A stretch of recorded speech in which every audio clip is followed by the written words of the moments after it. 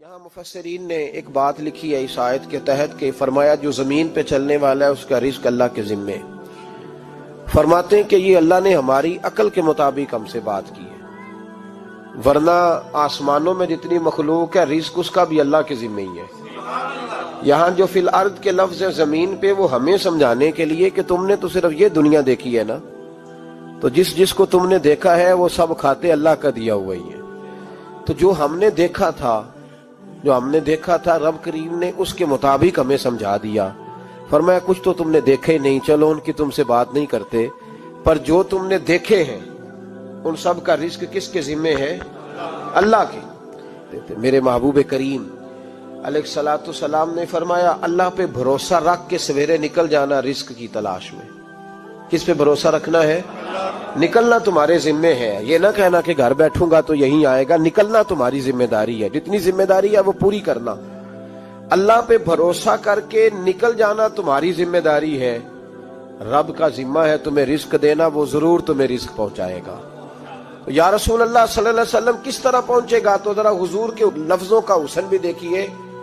نبی پاک صلی اللہ علیہ وسلم نے فرمایا جس طرح موت تمہیں ڈھونڈ لیتی ہے نا کہ تم کہاں موجود ہو، جب وقت آتا ہے تو انسان پاکستان میں ہو تب بھی آ جاتا ہے، جدہ میں ہو تب بھی آ جاتا ہے، مکہ میں ہو یا مدینہ طیبہ میں وقت پھر بھی آ جاتا ہے.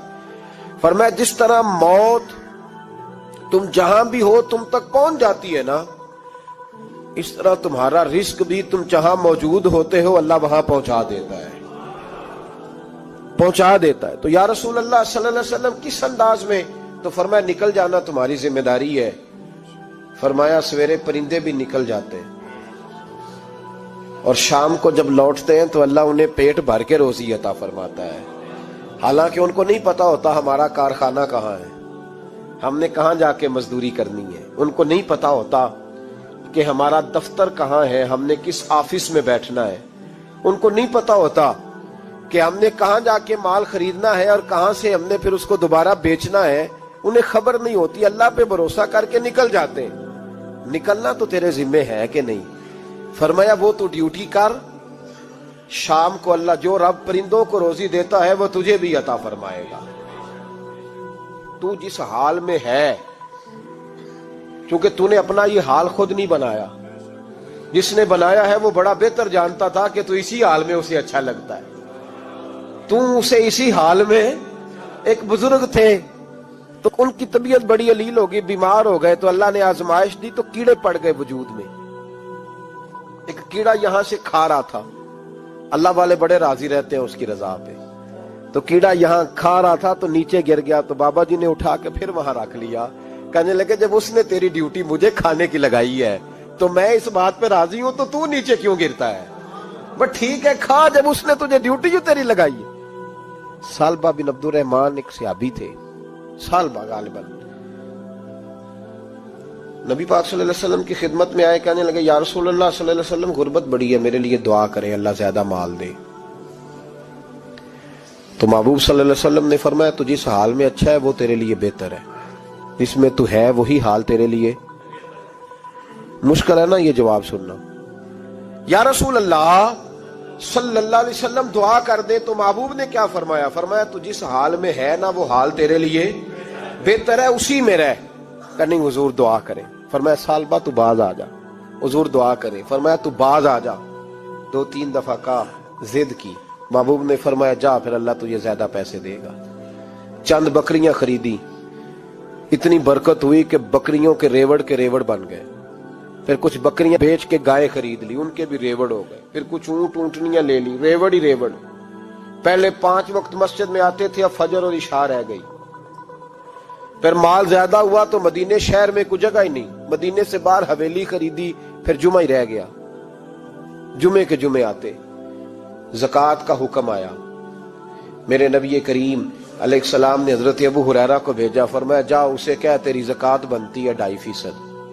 تو سالبہ کے پاس حضور نے پیغام بھیجا. پہلے تو کہا تیرے لیے بہتر نہیں مال. جب اصرار کیا تو اب بڑی برکت ہو گئی، بڑا آیا تو فرمایا زکوٰۃ دے.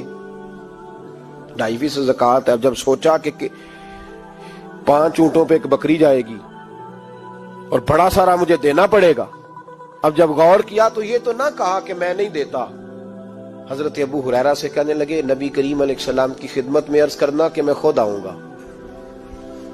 حضرت ابو ہریرہ نے آ کے عرض کی یا رسول اللہ صلی اللہ تعالی علیہ وسلم، حضور وہ کہتے تھے میں خود آؤں گا، تو کہتے ہیں محبوب نے ٹھنڈی سانس لی، فرمایا اسے کہا تھا کہ تیرے لیے مال بہتر نہیں، اب ہلاک ہو گیا، ہائے افسوس ہلاک ہو گیا۔ ان کو بھی تھوڑی دیر کے بعد احساس ہوا کہ یہ میں نے کیا کیا، نبی پاک کو ہی کہہ دیا نہیں ہے، حضور کو کہہ دیا بعد میں آؤں گا۔ اب دوڑے آئے، عرض کی حضور میں سارا کچھ لے کے آیا ہوں، قبول کر لیں۔ محبوب نے فرمایا گویا بلال حبشی کی خشک کھجور بھی قبول ہے، اور صہیب رومی ایک اٹی بان کی لائے تو وہ بھی قبول ہے، اور عمار بن یاسر اور مصعب بن عمیر اگر 2 دینار دے جائیں اور کوئی پرانا جوڑا کسی سپاہی کے لیے چھوڑ جائے تو وہ بھی قبول ہے، لیکن تو اپنا لاکھوں لے کے چلا جا، تیرا کوئی نہیں قبول، معاف کر دیں۔ فرمایا جا معاف کیا، پر پیسے لے کے نہ آنا۔ اگلے سال پھر آئے، بندے ہوئے ہاتھ ہے، محبوبہ میں دولت کا کیا کروں گا، آگ لگانی ہے، قبول کر لیں۔ فرمایا تو لے جا، تیرا نہیں قبول، گرا جو ان کی نگاہ سے وہ سنبھل نہیں سکتا۔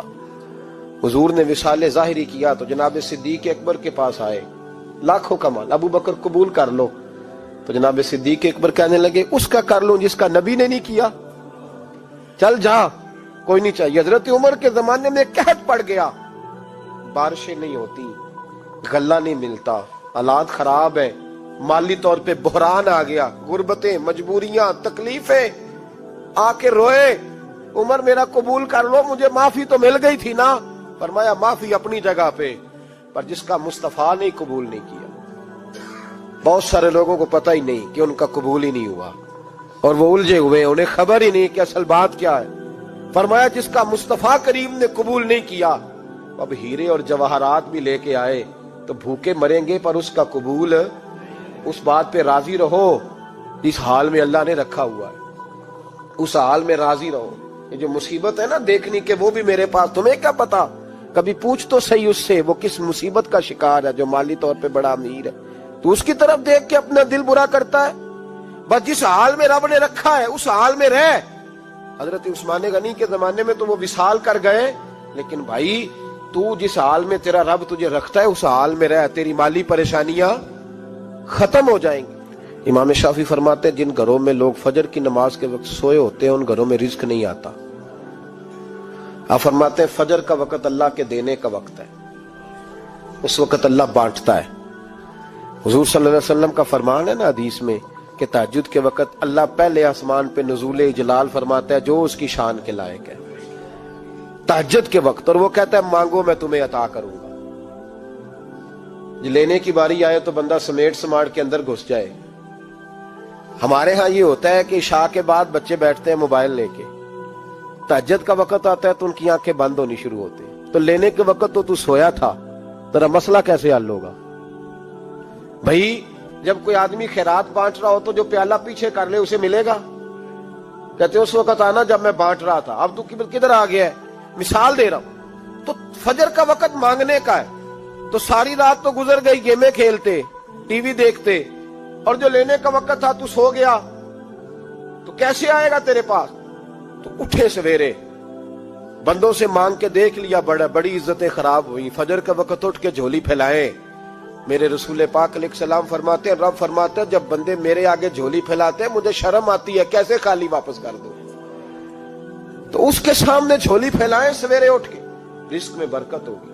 اور پھر ایک اور بات، 5ویں بات، رزق میں تنگی اس وقت ہوتی ہے جب ہم مال غلط جگہ پہ خرچ کرتے ہیں۔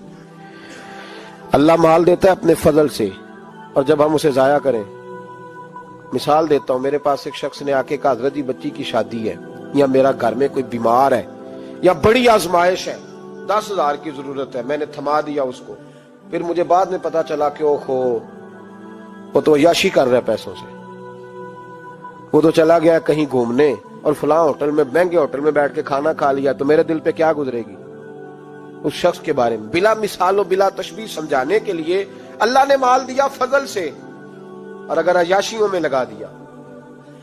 صوفیاء فرماتے ہیں کہ اگر ایک دھیلا تو حرام جگہ پہ خرچ کرے نا، ایک دھیلا،